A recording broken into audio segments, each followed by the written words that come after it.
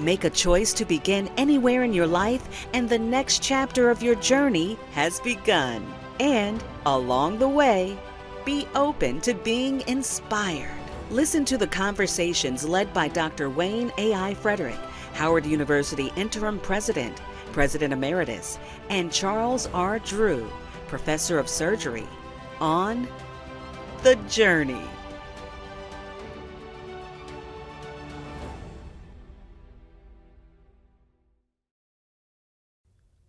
Welcome to The Journey. I'm Dr. Wayne A.I. Frederick. Today we're taking on a question that is shaping the national conversation. What is the true value of higher education and who benefits from it? As costs rise, many are beginning to question whether a college degree is worth the investment. But for Black students and for institutions like Howard University, the data and the lived experience tell a very different story. At Howard, we also recognize that student success requires intentional investment. Through initiatives like Men of the Mecca, which supports the success of Black men, and the Center for Women, Gender, and Global Leadership, which advances the empowerment and well-being of women across our campus. I'm joined today by two leaders who are deeply engaged in this work. Dr. Anita Plummer, Executive Director, Howard University Center for Women, Gender, and Global Leadership, and Dr. Calvin Hadley, Assistant Provost for Academic Partnerships and Student Engagement. Together, we'll explore how higher education continues to serve as a pathway to opportunity, economic mobility, and generational transformation, while also confronting the real challenges around access, affordability, and equity. So with that, let's begin. So first, let me start with you, Dr. Plummer. It's been a busy year. You took on some new responsibility, but you're still in the classroom. Why don't you start by telling our audience a little bit about what you've been involved in teaching this semester? Great. So I am faculty in the Department of African Studies. We look at the entire continent. I am teaching an introductory course, so I'm in contact with a lot of very excited and nervous freshmen, covering a range of issues. I also teach a graduate course that looks at Brazil, Russia, India, China, and Africa. Okay. And Dr. Hadley, you obviously have been around Howard for a while as a student. Maybe you could talk first about your experience as a Black male student on a campus that was, at that time, probably not quite changed in terms of the gender representation, but clearly probably had some embers of that to come. Sure.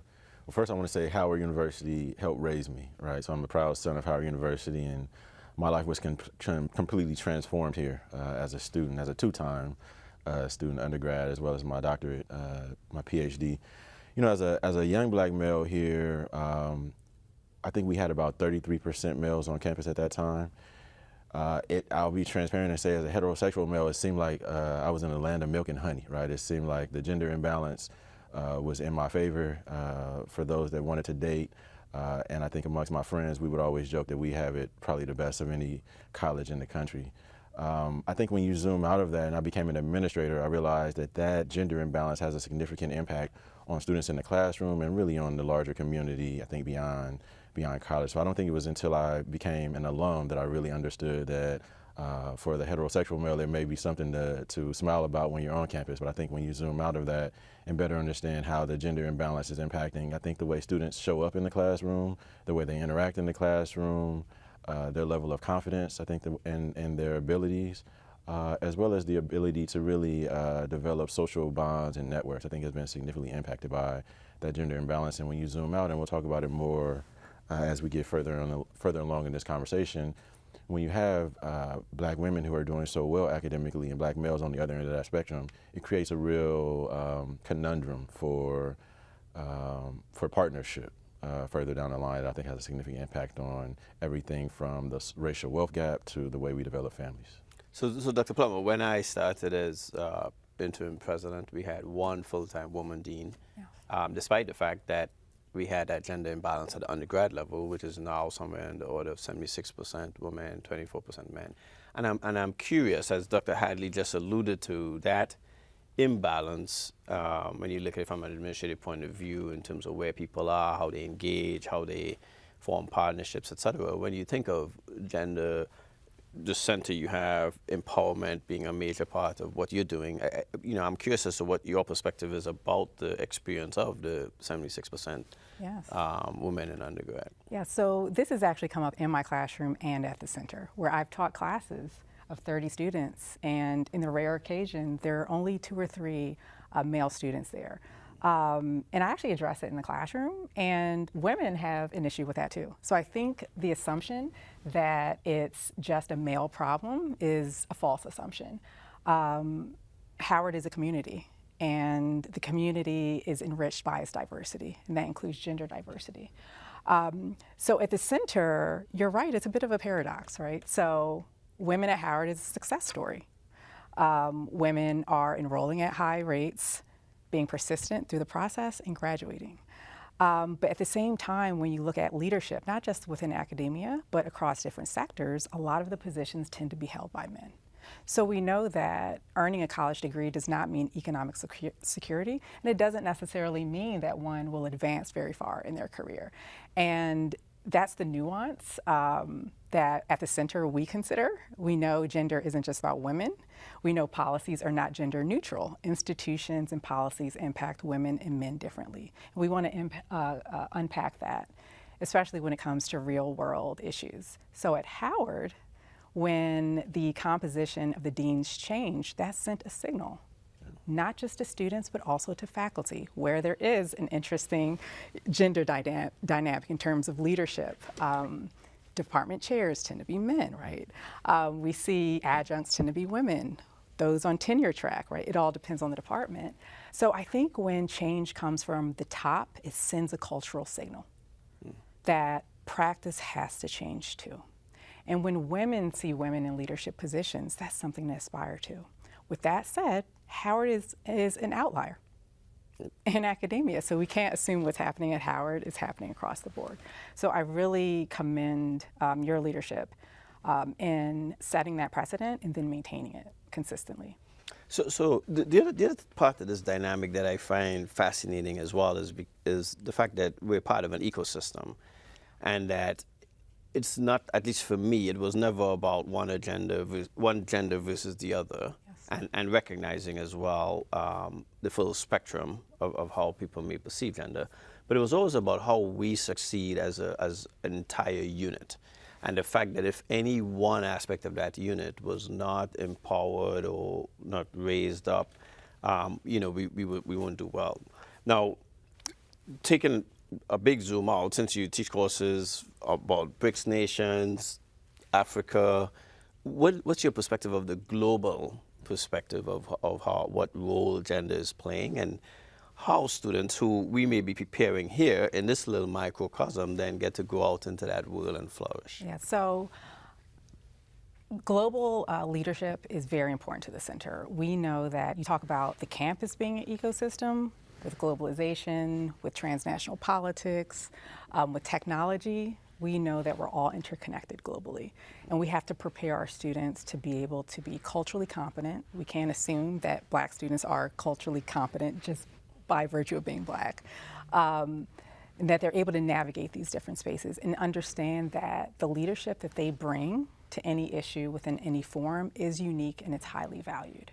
When it comes to the conditions of women globally, and here in the United States, we see a lot of parallels. So this story, this success story of women in academia, fantastic. But when you look at other sectors beyond academia, it does not translate, right? So case in point, it's Research Month. We had a symposium looking at the intersections of gender-based violence and climate change. What does climate change have to do with gender-based violence? That's what I initially thought. Yeah. But then I learned that it's linked to economic insecurity. It's linked to how women in different spaces, whether or not they're able to be in safe home environments, it's linked to caring for natural resources, right? All of these things are interlinked, and I think our students are very aware of the linkages that are made. At the same time, the vision toward an equitable world is always in the forefront of people's minds. And I think that's what's really heartening about being in the space. Right. And speaking of equity through that lens, the Black male, I would say, perspective, experience, journey in our society has changed significantly over time. And now, even at Howard, we find ourselves in a circumstance where the representation is significantly down, and obviously we've been trying to put efforts into that, and you've obviously been leading that charge. So why don't you talk a bit about how we get that equitable return, and why things like, Men of the Mecca absolutely so critical at this point in time. Sure. I appreciate the question. So when we think about the black male's path through P through 12 education, and really through higher education, it really, I think, starts with an understanding of their own placement. Where do I fit into this society, and where do I fit into the educational spectrum? Unfortunately, in K through 12, there's a belief gap that exists, the gap between what students can actually achieve and what people like teachers, deans, and disciplinarians think they can achieve. And unfortunately, black males are at the bottom of that gap. They experience that gap the strongest, and that has a significant impact on the way they see themselves academically, the way they see their academic capabilities. And so unfortunately at Howard and really across the country, we receive far fewer applications from black males than black females. I think in the 2025 application pool, we had upwards of 40,000 applications total.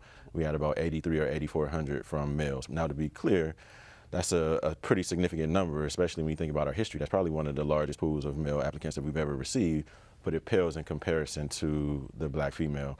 I think when you analyze that, there is a significant pipeline issue, right? And so when we think about the numbers at Howard, as you articulated earlier, we have about 24% males on campus. That is about equal to the percentage, I understand, of our international students when you think about that. And it leaves a significant gender imbalance in the classroom, as Dr. Plummer pointed out in her space. So I think the first thing we have to do is reach back and figure out how we can substantiate and build out that pipeline, right? What does it look like to build significant partnerships with K through 12 institutions so that we can help young men, first of all, see that they're wanted, they're needed, and they'll be supported at Howard. So we've done some of that with the initiative that I've been able to create, the Men of the Mecca. We created a program called the Kings of Campus. We're now in our 5th year. We're seeing some significant success, but we create partnerships with various either individual high schools and middle schools or larger school districts, work with their male populations, bring them up for a full day of activities primarily run by our Howard University students. So they get a little bit of motivational and directional speaking from me at the beginning, and then the vast majority of that is a full day of what life looks like to be a king on campus, and really helping them better understand how the university is here to support them and meet their needs. So we want to work to build out that pipeline by reaching back and pulling forward, building partnerships with school districts and individual institutions. But then we really want to work on retention and persistence when they get here. Unfortunately, the statistics show that black males have the lowest application rate to college, but unfortunately we have some of the highest turnover, right? We have the lowest retention rate once we're on campus. And so as an institution, we're really trying to figure out what are the resources, tools, opportunities, and experiences needed to help that young man thrive once he's here. What we find out is that, one, a sense of belonging is really important. I think the data is really clear on that. And you would think that HBCUs would really specialize in that without trying. Well, unfortunately, we're finding that today's student is a little bit different, right? I think their ability to build relationships is a little bit different than their predecessor. They were significantly impacted by the pandemic. For the freshman student, they were in 7th grade during the pandemic. The incoming freshman next year was an incoming middle school student. And it had a significant impact on their socialization and really in their psychosocial development as well. And so what we're finding is that as an institution, we really need to work to help develop that sense of belonging, to help students develop relationships, platonic and otherwise, and to really create an environment where students can build some of those social ties that are so important to persistence and matriculation on campus. In addition to that, we're thinking about academic and psychosocial supports, right? So what does it look like to have 360 programming and wraparound services around each of our students to ensure that you have, and the model that we're working with now is a case manager, non-clinical case manager model that we're hoping to expand beyond our School of Business.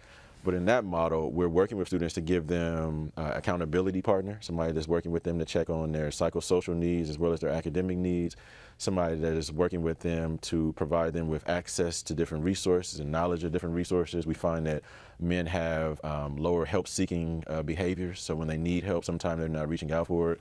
So this case manager coach is working with them to ensure that they're not falling down along their journey. And we think about what it might look like to replicate that throughout the entire system to ensure that our students have support in building out the pipeline and applying, academic and psychosocial supports when they're here. And then I think the final leg of that is, what does it look like for leadership development, internship acquisition, and really the development of goals beyond campus. As we know, students change a lot once they get on campus. They grow a lot, majors change. And AI is also here, and it's a scary thing for a lot of students. And so I think once students are here, we're working with them again in that case manager coach model to figure out what are the things that you like, that you need, and the things that you can see yourself developing beyond just the classroom. I think I'll borrow from you. I think you said the college experience, and I don't want to butcher it, but I think 60% of it takes place outside of the classroom and 40% is inside the classroom. I would even go further than that and say probably 80%. Yeah, I'm more of an 80-20. Yeah, and so I think with that, we're really working to ensure that we can enhance those outside of the classroom experiences, build some of those things that are going to stay with you a long time after you graduate from here. Those relationships, that self-confidence, self-efficacy, the ability to see yourself as successful in these next positions that you'll be in. And we're really finding that that's always been needed in college, but I think the contemporary student is a little bit, is in need of that for a number of different reasons. I'm going to ask you both to comment on something that we still do, that some of this conversation has kind of brought me to question some of what we do always. So we currently segregate our freshmen men and women. We have a freshman women's dorm known as the Quad, and we put our men primarily in Drew. And I'm wondering if that's the right thing to do, given some of the dynamics. Why delay their engagement with one another on a more organic and regular level? I'm curious as to what your thoughts are. Yeah, I appreciate it. So I'm a proud Drew Hall former resident. I got married in 2016, and I think 7 of the 9 gentlemen in my wedding were in Drew Hall with me. So I think that really speaks to some of the power of being able to develop organic and natural relationships with your gender. I think there is something to be said about these segregated spaces. I think the data also supports that, and so I think overall relationship development is important. So we're working with our students on larger relationship development, but we're also very clear that developing relationships with your brothers, as we articulate them in our group, can also be really important for psychosocial development, right? When you think about failure, we talk about the crayon box, right? The crayon box has 38 colors. Frequently, men only get access to 3 or 4 of those. So one of the things that we want to do is provide our young men with the ability to be full humans, to have a full access of their emotions. But one of those things that we've been taught to fear is fear. So at the very beginning of the year, we flipped that on its head.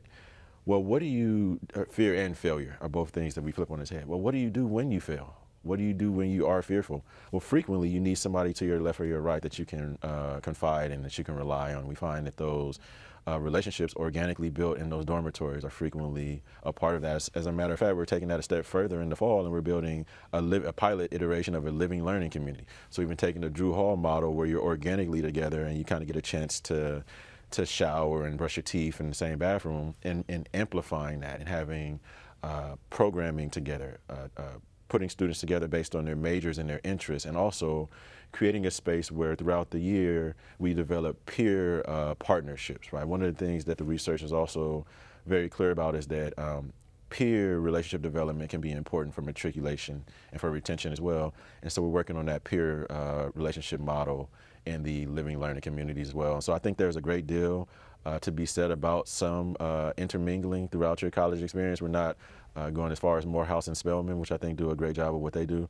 But I think there's also something to be said about the single-sex relationship development as well. So I'm gonna keep pulling on that thread, Dr. Palmer. You know, is there an opportunity maybe to,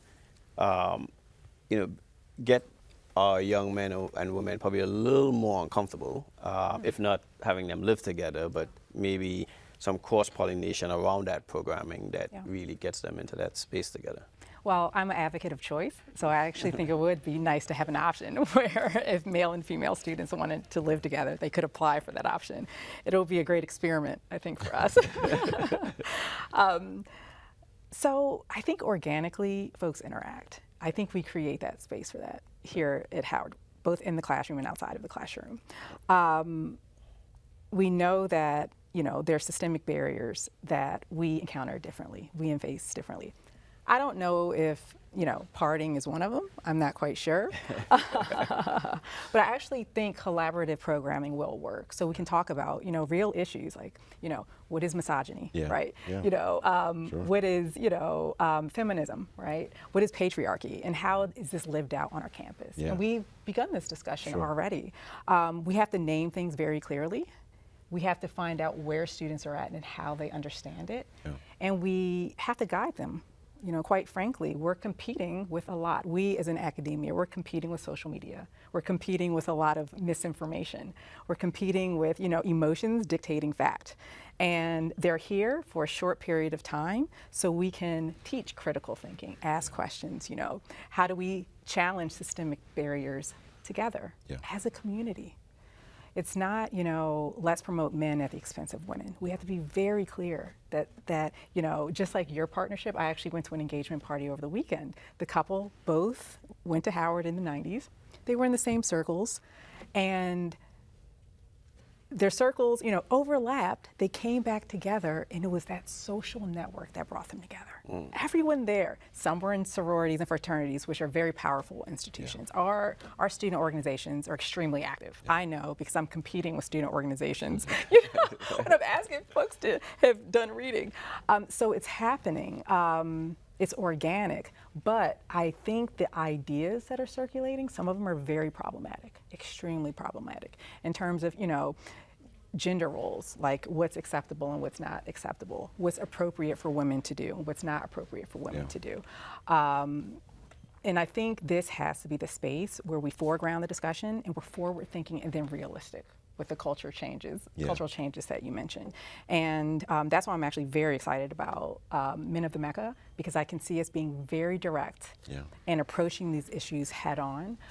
So when we send them out into the world, they're not reifying problematic ideas and ideologies that are counterproductive to Black people, right? And I just want to say I completely agree, and I think the partnership is extremely important. I take great pride in my role as executive council member at the center, have been, I think, since its inception, and it is partnership work, right? I think the Men of the Mecca is created ultimately to help create a better community, right? And I think we do that by putting the focus on our men and also by putting the focus on who our men need to become. And I think to your point around very direct conversation, we have a series called our Barbershop Talk series, where I think it was probably one of the most interesting conversations of the year. We had a multi-generational conversation about relationships.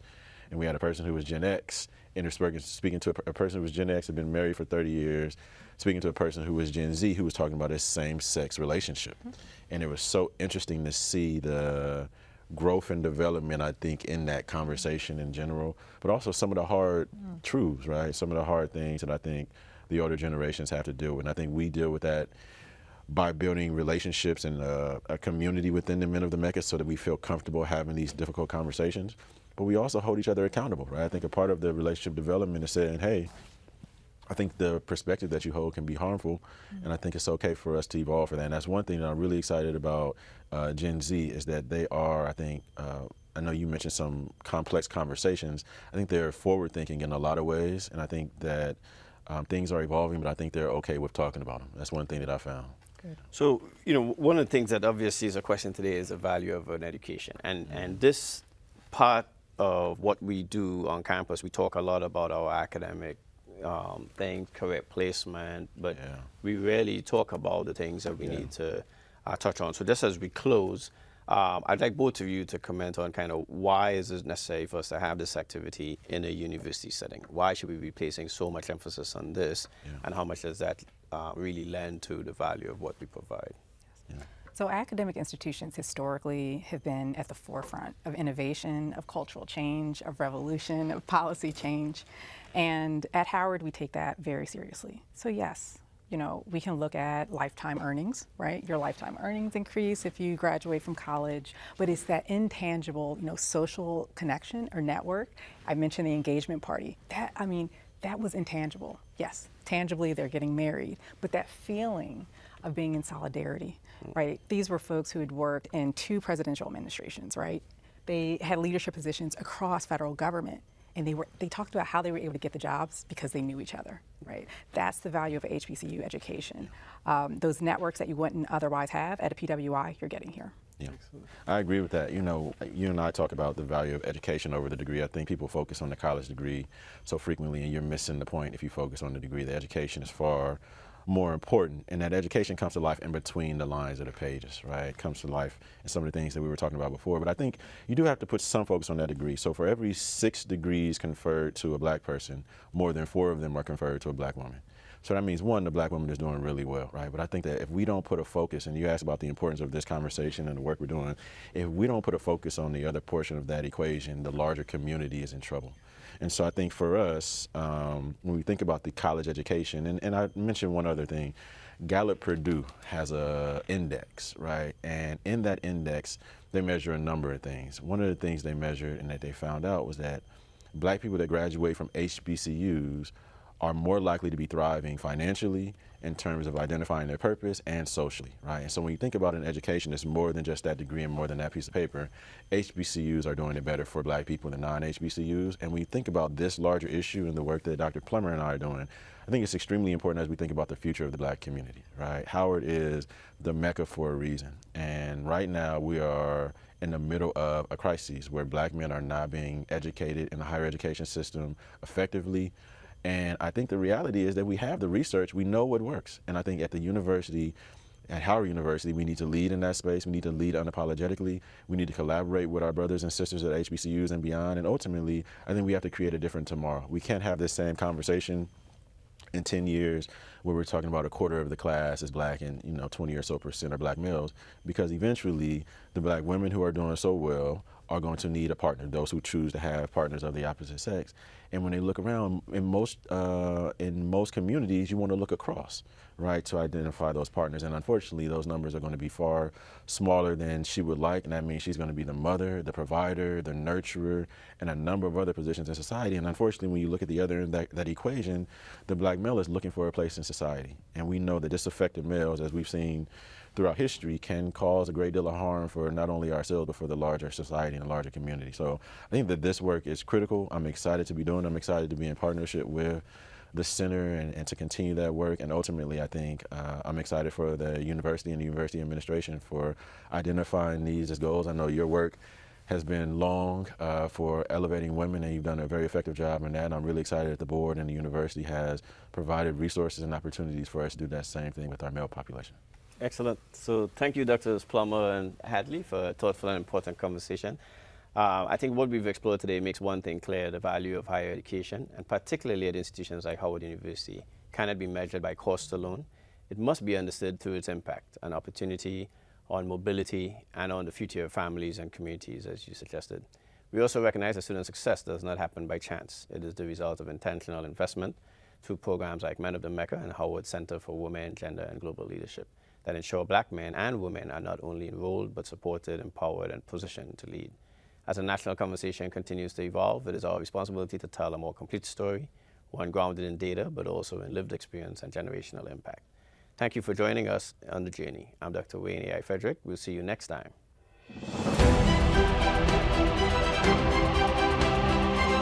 This program was produced by WHUT and made possible by contributions from viewers like you. For more information on this program or any other program, please visit our website at WHUT.org. Thank you.